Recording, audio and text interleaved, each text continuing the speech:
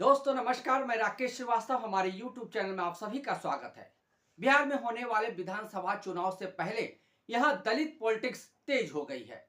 राष्ट्रीय जनता दल के अध्यक्ष लालू प्रसाद यादव के 78वें जन्मदिन पर दलित बस्तियों में जाकर राजद की तरफ से जिस तरह से केक काटे गए, वहां पर बच्चों के बीच किताबें बांटी गई, स्कूल के सामग्री बांटे गए, इससे लगता है कि अब दलित पॉलिटिक्स और भी तेज होने वाली है। इसी बीच एनडीए के घटक दल जीतन राम मांझी के हम पार्टी और दूसरी तरफ चिराग पासवान की जो पार्टी है, उनकी तरफ से जो जिस तरह से जुबानी जंग तेज हुई है, उससे ऐसा लगता है कि आने वाले दिनों में ये जंग और भी तेज हो जाएगी। दरअसल जीतन राम मांझी ने एक इंटरव्यू के दौरान चिराग पासवान को अनुभवहीन करार दिया। इसके जवाब में चिराग पासवान की पार्टी की तरफ से पलटवार करते हुए कहा गया कि हम कम से कम वो नहीं है जो बहुमत साबित करने की बजाय इस्तीफा देकर बाहर भागना पसंद करेंगे। यानी उन्होंने जीतन राम मांझी को साफ रूप से टारगेट किया। आप सभी को याद होगा कि एक वक्त ऐसा था जब नीतीश कुमार किसी वजह से सीएम नहीं थे, तो उस समय उन्होंने जीतन राम मांझी को कार्यभार सौंपा था।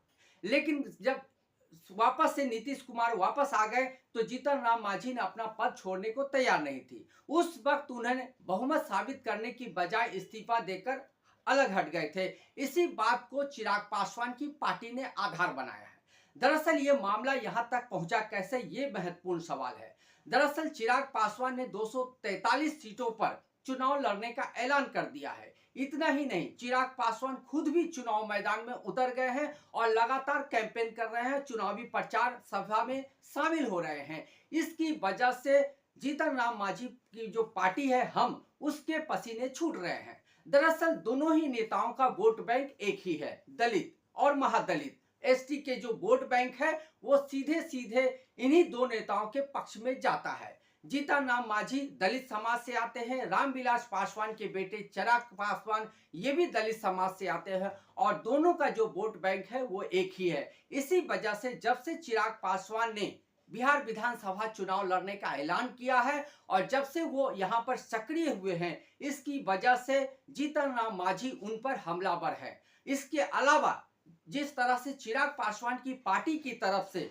अपने नेता को सीएम के तौर पे प्रोजेक्ट किया गया है और बार बार कहा जा रहा है कि अगले सीएम के तौर पे चिराग पासवान का ही नाम आगे होगा, इसे लेकर भी जीतन राम मांझी खासा नाराज है और उन्हें ऐसा लगता है कि अगर इस तरह की दावेदारी होती रहे तो आने वाले समय में दलित वोट बैंक का एक बड़ा हिस्सा चिराग पासवान के साथ जा सकता है। इससे हम जो पार्टी है उसकी स्थिति खराब हो सकती है। इसी वजह से नीतीश कुमार का नाम लेकर जीतन राम मांझी ने कहा है कि फिलहाल नीतीश कुमार हमारे राज्य के मुखिया हैं, वही सीएम है और आने वाले दिनों में भी वही सीएम रहेंगे। यानी सीधे तौर पे उन्होंने चिराग पासवान की दावेदारी को खारिज कर दिया। अब यह समझना जरूरी है कि आखिर दलित वोट बैंक को लेकर इस तरह की जो संघर्ष देखने को मिल रहे हैं, बिहार में कितने दलित वोट बैंक है। दरअसल बिहार में 38% दलित वोट बैंक है, 2% आप अगर मान ले तो एसटी के वोट बैंक है। यानी कुल मिलाकर 40 सीटें ऐसी है जो दलित और एसटी के लिए आरक्षित है। इन्हीं 40 सीटों को लेकर इन दोनों नेताओं के बीच जुबानी जंग तेज हो गई है। अब पिछले विधानसभा चुनाव की बात कर ले, जब 2020 में विधानसभा के चुनाव हुए थे, उस वक्त रामविलास पासवान की जो पार्टी है चिराग पासवान को 5.8% वोट मिला था। उन्हें एक सीट मिली थी, जबकि हम पार्टी को 1% से भी कम वोट मिले थे, लेकिन उसके 4 सीटें जीतने में कामयाब रही थी। ये एक बड़ा दिलचस्प आंकड़ा है। इसके अलावा एनडीए के खाते में करीब 21 सीटें, 38 में से 21 सीटें गई थी जो दलित वोट बैंक का हिस्सा है या दलित उम्मीदवारों के लिए आरक्षित है। इसके अलावा महागठबंधन के पक्ष में 17 सीटें गई थी। उस वक्त भी हम पार्टी का जो वर्चस्व है या हम पार्टी की जो सीटें हैं वो आई थी, लेकिन चिराग पासवान ज्यादा कामयाब नहीं रहे थे। लेकिन इस बार मामला अलग है। दरअसल चिराग पासवान के न केवल 5 सांसद संसद में बैठते हैं, यानी 5 सांसद चुन के गए हैं। इसके अलावा उन्होंने खुद ही चुनाव लड़ने का जो ऐलान किया है, उसकी वजह से दलित जो वोट बैंक है उसमें बिखराव होने की स्थिति बनी हुई है।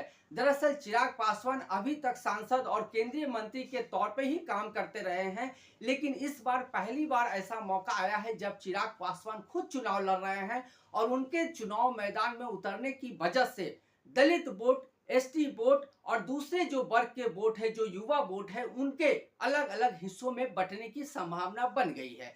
चूंकि चिराग पासवान एक युवा चेहरा है, अपनी पिता की विरासत को लेकर आगे बढ़ रहे हैं और इसके अलावा उनका जो अभी तक का पॉलिटिकल कैरियर रहा है वो बेदाग रहा है। इसकी वजह से वो हम पार्टी के तुलना में एक बड़े चेहरे के तौर पे देखे जा रहे हैं और ये माना जा रहा है कि नीतीश कुमार के जो वोट बैंक है, हम पार्टी के जो वोट बैंक है, उसमें अगर कोई सेंध लगा सकता है तो वो चिराग पासवान होंगे।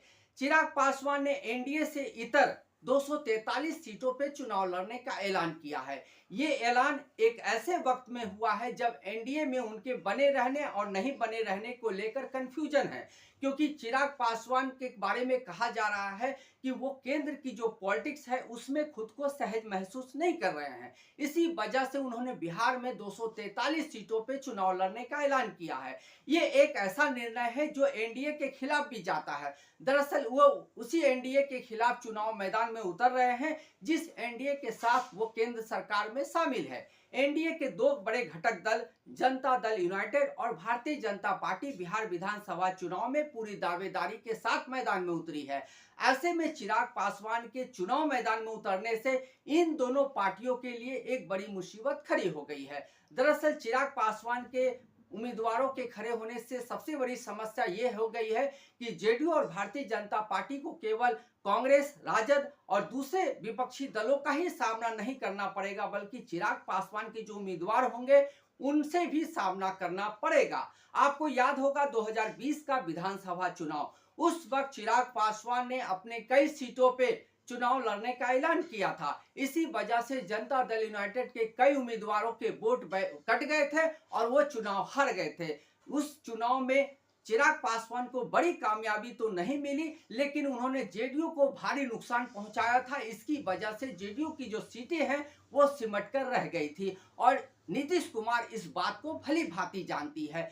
तो संभवतः जीतन राम मांझी की जो जुबान बोल रही है, हो सकता है कि उसके पीछे नीतीश कुमार का दिमाग हो सकता है कि नीतीश कुमार के इशारे पे जीतन राम मांझी इस तरह का बयान दे रहे हों, क्योंकि जीतन राम मांझी अब तक कम से कम चिराग पासवान को लेकर इस तरह के मुखर नहीं रहे हैं, लेकिन ये पहला मौका है जब वो चिराग पासवान पे सीधे तौर पे हमले कर रहे हैं। और दूसरी तरफ चिराग पासवान की पार्टी भी मांझी पर जमकर हमलावर है। ऐसे में सीधे तौर पे यह समझना जरूरी है कि जो 40 सीटें हैं उसी 40 सीटों को लेकर ये लड़ाई चल रही है और ये 40 सीटें कितनी महत्वपूर्ण हो सकती है ये आने वाले दिनों में पता चलेगा।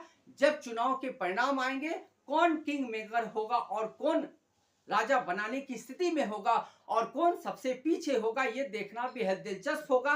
लेकिन अगर चिराग पासवान के हाथ में अच्छी खासी सीट आ जाती है, 20-22 सीटें भी अगर वो जीत जाते हैं, 25 सीटें भी जीत जाते हैं, तो बिहार विधानसभा चुनाव में जब गवर्नमेंट बनाने की स्थिति होगी उस समय वो किंग मेकर के तौर पे उभर कर सामने आ सकते हैं। एक समय था जब रामविलास पासवान कुछ अधिक सीटें जीतकर किंग मेकर की भूमिका में आ गए थे, वही स्थिति इस बार भी बन सकती है। इसी बात का डर जीतन राम मांझी को, नीतीश कुमार को सता रहा है।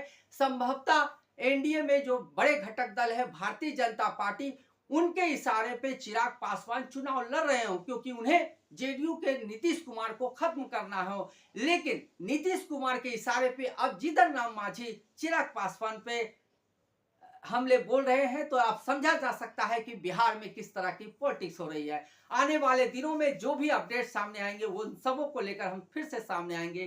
तब तक के लिए नमस्कार।